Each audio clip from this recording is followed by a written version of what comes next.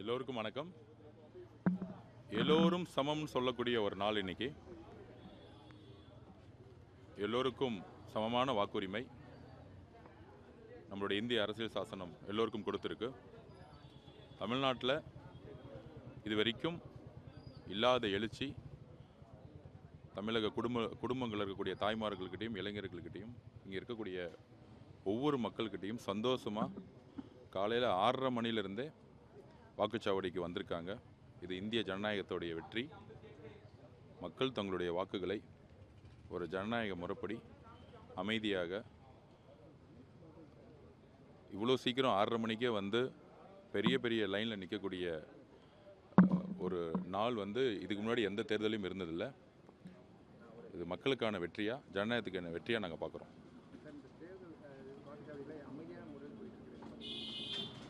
ரொம்ப அமைதியான முறையில் நடந்துகிட்ருக்கு. ஒரே ஒரு பிரச்சனை என்னென்னா, இப்போ தான் வந்து நாங்களும் சொன்னோம், நிறைய வாக்குச்சாவடிகளில் ரொம்ப ஸ்லோவாக போகுது. பெரிய பெரிய க்யூஸ் நிறைய நிற்கிறாங்க, ஆனால் கொஞ்சம் ஸ்லோவாக போயிட்டுருக்காங்க ஆக்சுவலாக. ஸோ அதை வந்து நம்ம வந்து ப்ரெசிடிங் ஆஃபீஸர்கிட்ட நாங்கள் வலியுறுத்துகிறோம். வெளிவாக்கத்திலேயே ஒரு 4-5 வாக்குச்சாவடியில் ரொம்ப ஸ்லோவாக பெரிய க்யூ நின்றுட்டுருக்காங்க, ஆனால் ரொம்ப ஸ்லோவாக பண்ணிகிட்ருக்காங்க. அதை நாங்கள் ப்ரெசிடிங் ஆஃபீஸில் வலியுறுத்திட்டுருக்கோம். பதட்டமான இடங்கள்லாம் சிசிடிவி கேமரா வந்து மஸ்ட்டுன்னு சொல்லியிருக்கோம். காவல்துறை வந்து நியூட்ரலிட்டியாக இருக்கணும்னு சொல்லியிருக்கோம். முக்கியமாக ப்ரெசிடிங் ஆஃபீஸர் கண்ட்ரோலில் தான் வந்து இந்த எலெக்ஷனுடைய நடத்தக்கூடிய இடம் வந்து அவங்க கண்ட்ரோலில் இருக்குது. காவல்துறை வந்து எந்த விதமான முடிவெடுக்கக்கூடிய அதிகாரம் இல்லைங்கிறத நாங்கள் பதிவு பண்ணியிருக்கோம். எல்லா பார்ட்டியோடைய பிஎல்ஓஸும் உள்ளே இருக்கிறாங்க.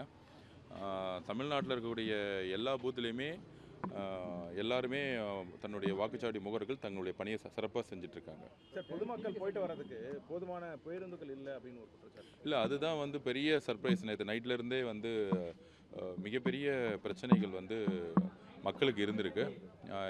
இங்கே சென்னை மட்டும் இல்லை, கோயம்புத்தூர், மதுரை எல்லா இடங்களிலும் முன்னாடியே வந்து வலியுறுத்தாங்க.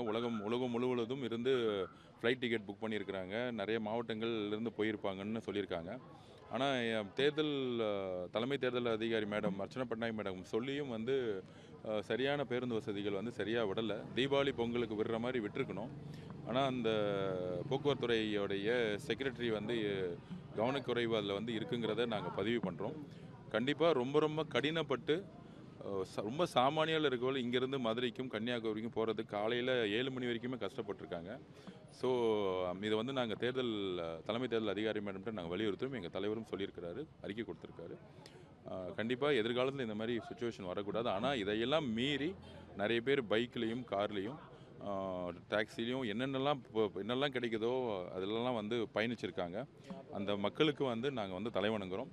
கண்டிப்பாக ஜனநாயக கடமையாற்ற போக்குவரத்து வந்து முழுவதும் வந்து சரியா இல்லைங்கிறது தான் எங்களுடைய பதிவு.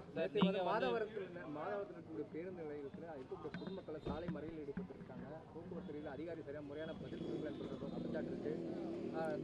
வேன்கள்லையும் அது போல ஒரு சில வண்டிகள் தான் இல்லை, இதுதான் சொல்கிறேன், கவனக்குறைவுன்னு சொல்கிறோம். இது வந்து தீபாவளி பொங்கலுக்கு எந்த மாதிரி இருக்கிறோமோ அந்த மாதிரி அந்த துறையோடைய அதிகாரி வந்து செயல்பட்டுருக்கணும். கண்டிப்பாக வந்து அவர் மேலே வந்து தக்க நடவடிக்கை எடுக்கணும்னு நாங்கள் வலியுறுத்துவோம். ஏன்னா பொதுமக்கள் வந்து இவ்வளோ பேர் வந்து குடும்பமாக வந்து ரோட்டில் இருக்கும் பொழுது மக்களுக்கு வந்து ஒரு போக்குவரத்து வசதிங்கிறது ஒரு அடிப்படை தேவை. ஏன்னா கிட்டத்தட்ட 6 மணி நேரம் 7 மணி நேரம்லாம் வந்து பொதுமக்கள் வெயிட் பண்ணியிருக்காங்க. அதுவும் குழந்தைங்களோட பெண்கள்லாம் வெயிட் பண்ணியிருக்காங்க. இது வந்து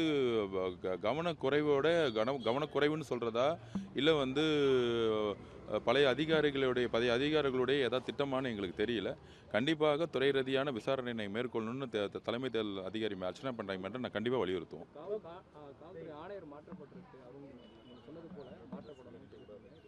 இல்லை, அவர் மாற்றப்பட்ட பிறகு பொதுவாக இப்போதைக்கு இந்த நிமிஷம் வரைக்கும் தலைவருடைய தேர்தல் பிரச்சாரங்கள்லாம் வந்து சிறப்பாக தான் போயிட்டு இருந்துச்சு. எலெக்ஷன் கமிஷன் தலைமை தேர்தல் அதிகாரி மட்டும் சிவநாயகம் சார் மட்டும் எல்லாரும் சப்போர்ட் பண்ணிட்டு இருக்காங்க.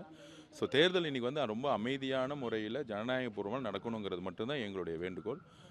காவல்துறையும் நேர்மையான முறையில் நடக்கணும்னு சொல்லிட்டு இருக்கோம். எங்களுடைய வழக்கறிஞர்கள் பிரிவு வந்து தமிழ்நாட்டில் 234 தொகுதியிலும் நாங்கள் வந்து மக்களுக்காக நேர்மையான முறையில் தேர்தல் நடத்தணுங்கிறதுல நாங்கள் உறுதுணையாக இருப்போம்.